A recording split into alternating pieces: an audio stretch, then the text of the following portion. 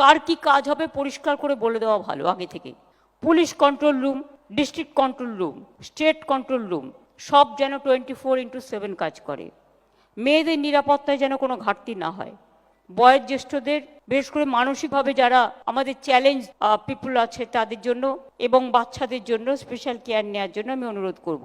আগের বারের মতোই ক্লাবরা যেরকম বেশি সংখ্যক ভলেন্টিয়ার রেখেছিলেন, এবারেও যেন তার কোনো ব্যতিক্রম না হয়। ভিড় এড়াতে সেপারেট এন্ট্রি এবং এক্সিট করুন। প্রতিটা মণ্ডপে ইলেকট্রিক কানেকশন, আগুন নেভানোর ব্যবস্থা, এগুলো নিয়ম মেনে করতে হবে। কোনো অপ্রীতিকর ঘটনা যাতে না ঘটে। প্যান্ডেলের বাইরেও ভেতরেও যেন পাবলিক অ্যানাউন্সমেন্ট সিস্টেম থাকে।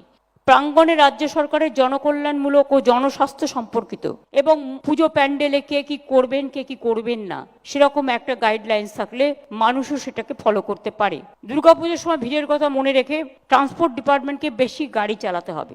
আমি সিএসকে বলবো মেট্রোর সাথে কথা বলছে যাতে ওরা ফ্রিকোয়েন্সি বাড়িয়ে মেট্রোটা সারাক্ষণ চালায় এবং বিশেষ করে লোকাল ট্রেন যেগুলো আছে নর্থ 24 পরগনা, সাউথ 24 পরগনা, যেগুলো অ্যাডজেসেন্ট কানেক্টেড, সেগুলো যেন একটু বেশিক্ষণ পর্যন্ত চলে যাতে লোক বাড়ি ফিরে যেতে পারে যথাসময়ে। কোনো রকম কোনো ঘটনা ঘটে গেলে হসপিটালগুলোকে অ্যালার্ট থাকতে হবে, অ্যাম্বুলেন্সগুলো রেডি করতে হবে। আমি অলরেডি এমপি ল্যাড থেকে প্রায় 300 আইসিসিউ অ্যাম্বুলেন্স করে দিয়েছি, এখনো উদ্বোধন হয়নি কিন্তু রেডি প্রায় হওয়ার মুখে। কাজে সেগুলো কাজে লাগানো যেতে পারে। তাতে এক্সরে মেশিন থেকে শুরু করে অক্সিজেন সিলিন্ডার সবকিছুই আছে। ভিকেল মুভমেন্ট এটা অবশ্য পুলিশ খুব ভালো সামলায়, এবারেও কিন্তু সেটা করতে হবে।